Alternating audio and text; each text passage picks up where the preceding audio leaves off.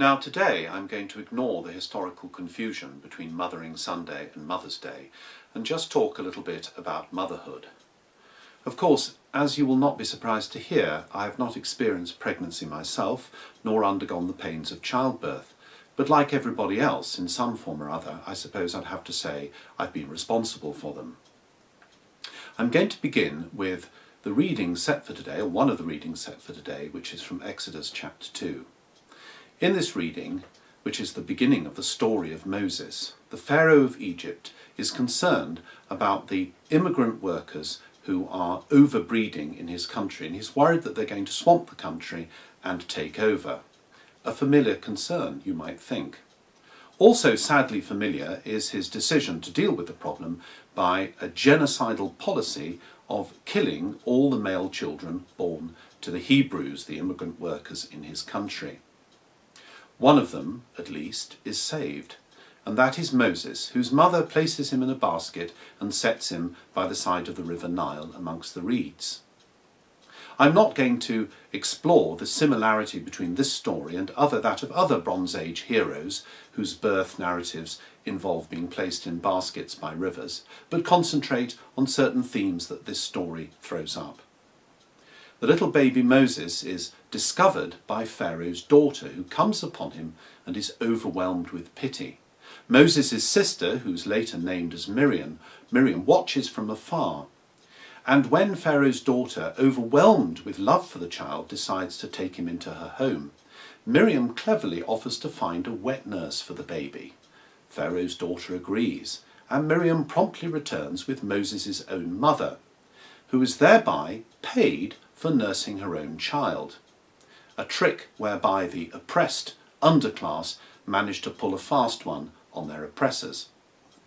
But the importance of the story for me lies in the fact that Pharaoh's daughter is able to see beyond her father's genocidal policies of trying to kill the Hebrew boy babies, a policy that she no doubt was aware of in a sort of distant way as something her father was doing, something to do with politics, something with which she had no concern.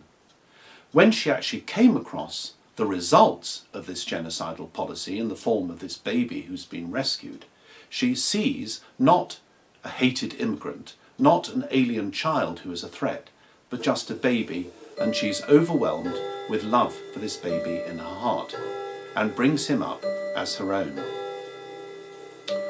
I will come back to this theme in a moment, but first of all, I want to look at motherhood in the natural world.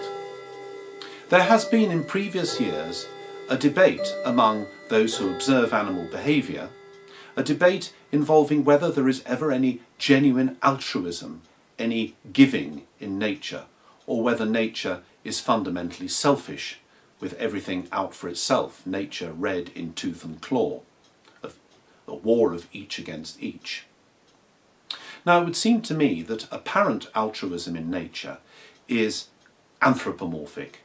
When a mother bird pretends to have a broken wing to act as a decoy for predators to take them away from her fledglings, she's not making a moral decision to sacrifice herself for those fledglings.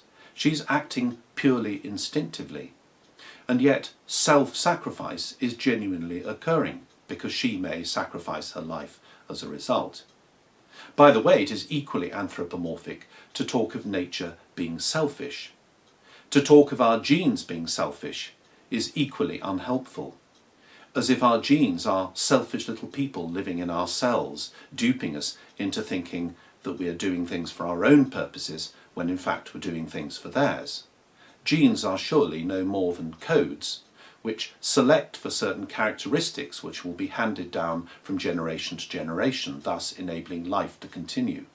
Characteristics which are mostly neutral, are sometimes beneficial, but sadly sometimes harmful as well.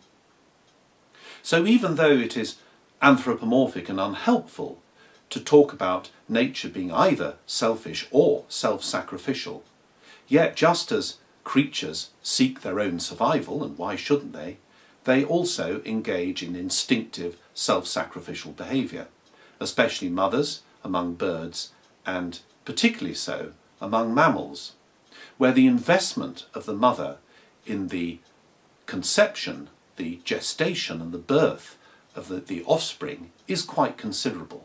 Much is sacrificed as the child, the young of the mammal, is nurtured. When we come to humans, we can see the roots of our animal origins very clearly. The fact that a very great number of women feel an urge to have children is not a moral decision, but seems to be a biological urge, and why shouldn't it be? We are all animals after all, and we feel the need to reproduce. And whether or not the mother actually wants to have the child, the investment in the conception, the gestation, the giving birth, is, as with all other animals, considerable. The discomfort of pregnancy, the pain and danger of childbirth, are things that are unavoidable if you're going to have children. But here, humans can add something different, because we can make choices about how we treat our young. We can go beyond instinct, we can go beyond our animal origin. And mothers, and indeed parents in general, who are able to apply the moral discipline of avoiding on the one hand excessive harshness and on the other sentimental indulgence, are doing something which is morally self-sacrificial, deliberately so, putting the interests of their children beyond the interests of themselves and their own feelings. But there are yet further choices to be made. And we see one of these choices in the choice of Pharaoh's daughter to nurture the alien child, the child of the hated, dangerous immigrant. Because humans can decide to go beyond their biological urges. They can decide to adopt, to care for children who are not their own biologically. And this is surely a beautiful and glorious thing. It is seen when people adopt children, but it is also seen among those much maligned people, stepmothers, maligned not only in fairy tales, but in playgrounds up and down the land, when at least sometimes stepmothers are simply trying to make the best of a broken, painful situation, which may have been none of their creating. And so humans can, in so many ways, go beyond their animal origin. But this animal origin is important. The instinctive self-sacrifice in nature is real. It is part of the grain of the universe. It is part of how life works. And when, as Christians, we see the transcendent self-sacrifice of Jesus on the cross, Jesus whose incarnation fulfills both male and female, being an incarnation of all humans, we can see something that is not an odd and unbelievable bolting on to an indifferent, selfish life system, an indifferent, selfish universe, but is something that transcends an aspect of life that was always there from the beginning, worked into the processes of life by the God who created it in the first place.